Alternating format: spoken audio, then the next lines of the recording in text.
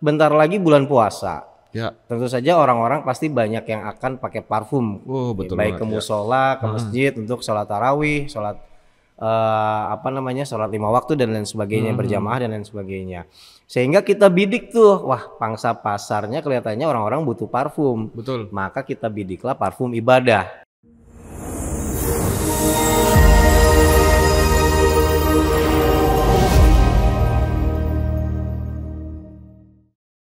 Bismillahirrahmanirrahim. Assalamualaikum warahmatullahi wabarakatuh. Halo teman-teman, ketemu kembali di podcast CBS ya. Masih seputar digital marketing ya. Jadi hari ini kita akan ngebahas lagi tentang digital marketing. Di podcast sebelumnya kita udah ngebahas seputar produk ya. Jadi ternyata produk itu adalah hal yang paling penting juga untuk digital marketing. Nah, sekarang kita akan ngobrol lagi masih bersama Pak Yogi. Sebelumnya kita sapa dulu Pak Yogi. Halo Pak. Halo. Gimana Pak kabarnya Woji? Pak? Alhamdulillah. Pak Woji sehat? Alhamdulillah. Mantap. Kita lanjut lagi Pak ya. Siap. Oke. Nah kemarin kita udah ngomongin produk Pak. Betul. Nah sekarang pertanyaannya adalah produknya udah ada nih Pak. Gitu Produknya kan? udah ada. Produknya udah ada. Oke. Nah kira-kira dengan produk yang ada ini masih perlu riset nggak Pak supaya bisa scale up? Oke, Bisa scale up. masih perlu riset atau nggak perlu riset ya? Karena kan udah kepalang jualan misalkan ya, Betul. dia udah kepalang jualan tanpa melakukan riset terlebih dahulu. Normalnya kan kita riset pasar dulu nih, Betul. tapi ternyata produknya udah kepalang jualan dan ternyata ada penjualan ya, ada yang beli gitu kan ya. Betul. Nah ini gimana supaya bisa tetap sukses ketika menggunakan digital marketing gitu kan ya? Oke, baik. Jadi sebenarnya ketika kita sudah punya produk dan kita mau menggunakan digital marketing, itu ada beberapa hal yang perlu dilakukan. Kalau kita belum punya produknya, maka kita namanya itu menciptakan nilai. Nah, create value, menciptakan nilai sebuah produk itu seperti apa? Contohnya parfum ya, saya bicara parfum. Parfum ini bentar lagi bulan puasa. Ya. Tentu saja orang-orang pasti banyak yang akan pakai parfum. Oh, betul baik ke banget, musola, ke masjid untuk sholat tarawih, sholat sholat 5 waktu dan lain sebagainya, berjamaah dan lain sebagainya. Sehingga kita bidik tuh, wah pangsa pasarnya kelihatannya orang-orang butuh parfum. Betul. Maka kita bidiklah parfum ibadah, kan seperti itu. Nah, diferensiasinya di antara parfum-parfum lain adalah kita menciptakan parfum ibadah, kan seperti itu. Itu namanya create value, menciptakan nilai untuk sebuah produk yang akan kita ciptakan. Sementara kalau produknya sudah ada, sudah kepalang, kita jualan parfum nih misalkan. Itu kan belum ada value atau pembanding yang lain ya, maksudnya diferensiasi dengan produk-produk yang lain. Artinya parfum aja secara keumuman. Nah, kita bisa memasukkan nilai, contohnya tadi parfum ibadah tadi ke produk kita.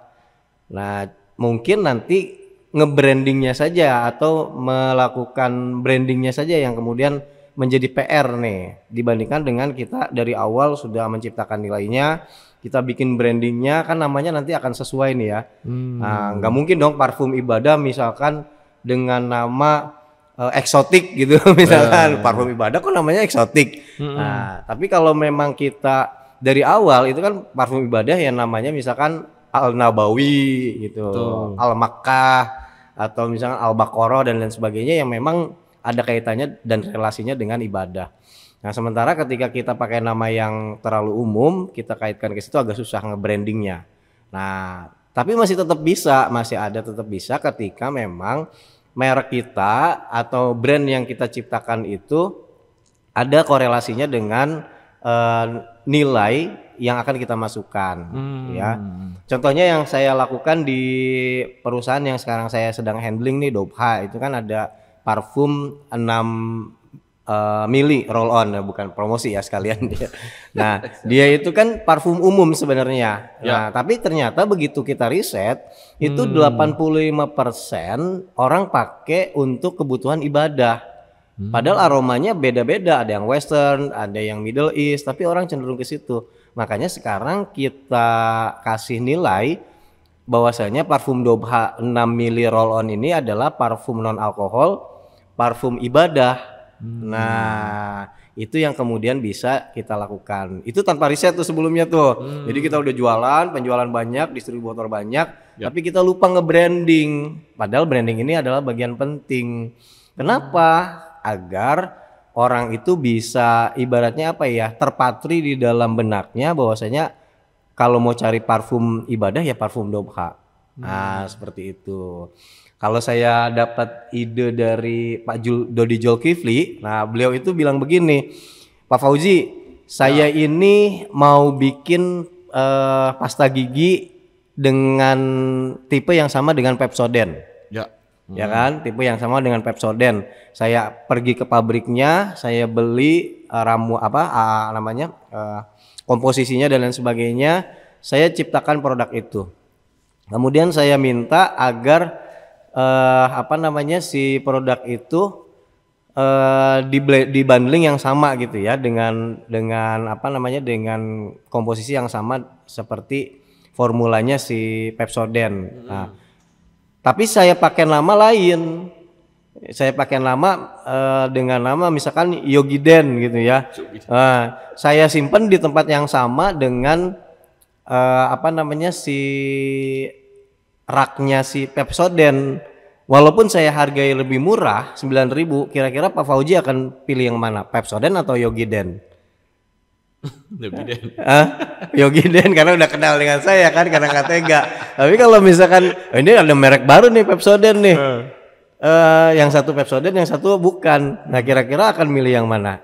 Pepsodent yang sudah benar-benar terbranding atau yang baru Pepsodent kan? Nah itulah fungsi dari brand sebenarnya. Nah itu yang kemudian harus kita pahami.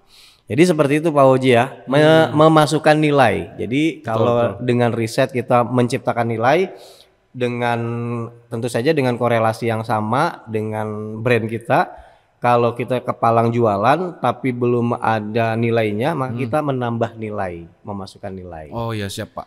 Gitu. Oke, jadi jangan berkecil hati dulu ya, walaupun misalkan kita punya produknya sama dengan yang lain banyak gitu kan ya. Betul.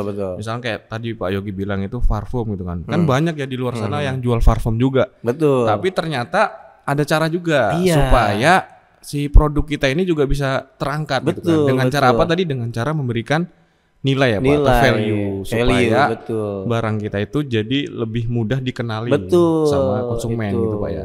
Jadi memang kebanyakan orang dagang itu lupa dengan hal ini, lupa bahwasanya yang namanya branding itu adalah sesuatu yang penting. Memasukkan sebuah nilai diferensiasi itu adalah sesuatu yang penting. Walaupun tadi Pepsodent sama Yogiden sama-sama memiliki formula yang sama, besarannya sama, orang belum tentu akan memilih Yogiden karena dia baru, produk baru. Mendingan cari diferensi yang beda.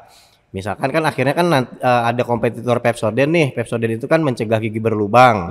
Kemudian ada lagi misalkan Sensodyne, dia untuk gigi ngilu atau gigi sensitif dan lain sebagainya. Nah, itu sebenarnya kan belum tentu formulanya beda. Mungkin beda dikit-dikit aja. Nah, apapun produk kita, kalau memang kita punya produk sendiri ya, bukan distributor, maka ya insya Allah kita bisa memasukkan nilai ketika memang sudah kepalang kita jualan tanpa memikirkan riset. Begitu Pak Fauzi. Jadi walaupun sama produknya tapi buatlah sesuatu yang beda di dalamnya. Betul gitu. Kecuali kalau kita distributor ya. Kalau kita distributor kan kita udah nggak bisa ngapa-ngapain. Nah itu memang agak berat tuh kalau distributor. Misalkan kita distributor sebuah produk yang si produsen produknya sendiri nggak punya diferensiasi, nggak punya brand dan lain sebagainya. Nah ini harus dihindari sebenarnya. Makanya kalau jualan jangan mentang-mentang ini produk bagus nih, tapi kita nggak tahu pasarnya kemana. Cuma tahu produknya bagus, tapi nggak bisa memasukkan nilainya bagaimana. Nah itu problem. Nah, makanya harus dihindari. Gitu Pak Fauzi. Oke siap Pak. Jadi ada tambahan lagi nggak Pak kira-kira? Untuk sementara sih ini enggak ya, biar cukup penasaran, biar penonton nontonnya pelan-pelan gitu. Betul. Kalau ada sih di komen gitu, kalau misalkan ada yang ditanyakan dan lain sebagainya. Biar kita jawab di podcast ini. Betul sekali. Oke, baiklah. Jadi podcastnya cukup singkat saja ya teman-teman. Nanti kita akan bahas lagi lebih dalam lagi tentang digital marketing. Yang tadi kita bahas adalah seputar nilai ya. Jadi kita udah punya produk nih, jangan kecil hati dulu karena ngerasa wah banyak nih produk serupa gitu kan. Ternyata ada caranya, yaitu memberikan sebuah nilai di dalam produk itu supaya ada perbedaan gitu dengan produk yang sama itu tadi. Oke teman-teman, mungkin itu dulu podcast kita kali ini. Nanti kita akan ketemu kembali di podcast berikutnya. Terima kasih Pak Yogi. Siap Pak Fauji. Kita akan jumpa lagi nanti di podcast berikutnya. Assalamualaikum warahmatullahi wabarakatuh. Waalaikumsalam warahmatullahi wabarakatuh.